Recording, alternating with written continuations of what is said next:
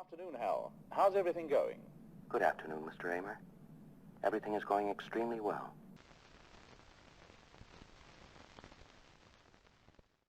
In 1964, acclaimed director Stanley Kubrick decided he wanted his next film to be the proverbial good science fiction movie, after having developed an interest in the notion of life outside of Earth.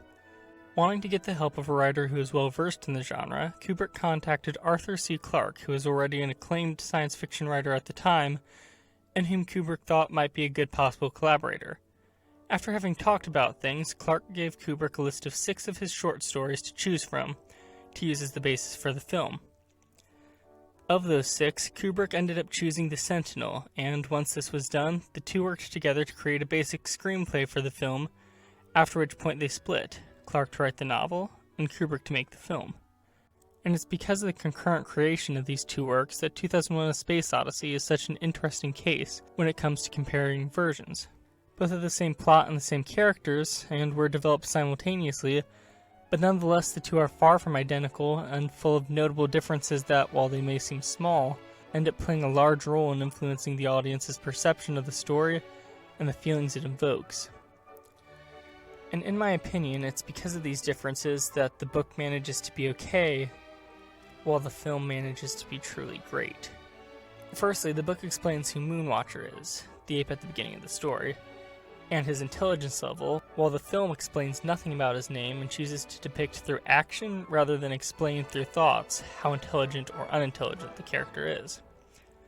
Also, in the book, Moonwatcher attacks and kills a leopard that was terrorizing his people, but in the film we get a confrontation with a rival group of apes over control of a watering hole, which is a superior conflict in my mind, as it can be seen as a direct parallel to the conversation between the American Dr. Floyd and the Russian Dr. Smyslov on the International Space Station 5, showing how the brutal violence of the apes has been replaced by the calm, refined, passive-aggressive verbal sparring of the humans, and the source of power everyone wants to control is no longer water, but information. After this, the book then goes on through the apes' development into humans waxing poetic on it, whereas the film leaves it unspoken but just as clearly intended, with a single cut. The book then proceeds to explain the bad situation on Earth, the cost of the trip, and how the station's gravity works, while the film doesn't, as it's really not essential for the story. The introduction of Hal is really the only point where both the book and the film feel it necessary to go into exposition, and both do it well, but in my opinion, it's once again the film which does the superior job. Kubrick shoots the scene in such a way that it's visually different and unconventional when compared with how most other films choose to depict exposition scenes, with close-ups on Hal and his eye that are both mesmerizing and a bit disquieting. Kubrick introduces a level of unease to the scene so that the viewer pays attention because they feel the information will be essential for later. In the book, however, there's so much exposition being given all the time that this scene can easily become lost amidst it all, thereby lessening its impact. Also, the film, unlike the book, brings up the question of whether Hal is sentient and whether he has emotions and free will, a question that, while not brought up again after this scene, nonetheless pervades the remainder of the film and becomes increasingly difficult to answer as the story progresses. Another way the two versions differ is in their allusions to the other story they were based off of, the Odyssey. In the novel, Clarke specifically has main protagonist David Bowman reading the Odyssey at one point, which has all the subtlety of a sledgehammer, whereas in the film, Kubrick simply trusts the audience to draw the comparison for themselves. Another interesting difference is that the novel goes into detail explaining why Hal ends up lying to Jupiter 1 crew members Frank Poole and David Bowman, and then later killing the entire crew except for Bowman, whereas the film never directly explains why he did it. Like the Odyssey illusions, all the necessary information is there for the viewer to figure it out, but it doesn't spoon-feed it to you. The novel also has Bowman call Earth after shutting Hal down, explain to them what's happened, and then has Dr. Floyd, the creator of Hal, call back and respond to him. In the film, however, Dr. Floyd has left a pre-recorded message that plays when Hal is deactivated, meaning that not only does Earth get no explanation, but Bowman remains completely isolated and alone, a feeling that doesn't come through in the novel due to his direct communication with Dr. Floyd, which in my opinion feels much more poignant and gives the scene more weight.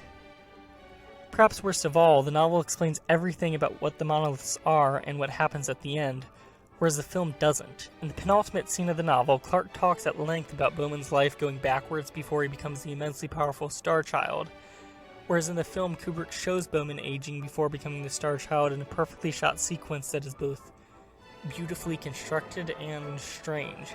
Lastly, the novel ends with the Star Child destroying nuclear weaponry and talks at length about his thoughts, whereas the film simply leaves us with two final striking images, the Star Child arriving at Earth and gazing down upon it.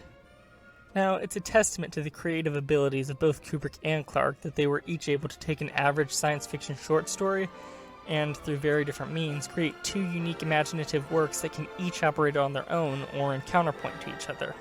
And in no way am I trying to infer that Clarke doesn't deserve the reputation he has or that his work is vastly inferior. That's not my main point at all, and I don't want it to appear as if that is. But in the end, I think it's fairly clear that the movie works much better than the novel. And I think it's equally clear why that's the case. Rather than laying everything out for the audience and explaining every little thing like the book does, the film gives only the essential details and trusts that the audience can put them together for themselves. It's the difference between showing and telling, and it's the difference between making a piece of art that can be easily consumed and forgotten, and making a piece of art that can stick with you for years. But what do you think? Do you like the novel more than the movie, and if so, why? I'm always open to different views, so feel free to leave a comment and tell me what you think. But for now, goodbye, and I hope to see you next time. Let's see if anyone ever actually watches these.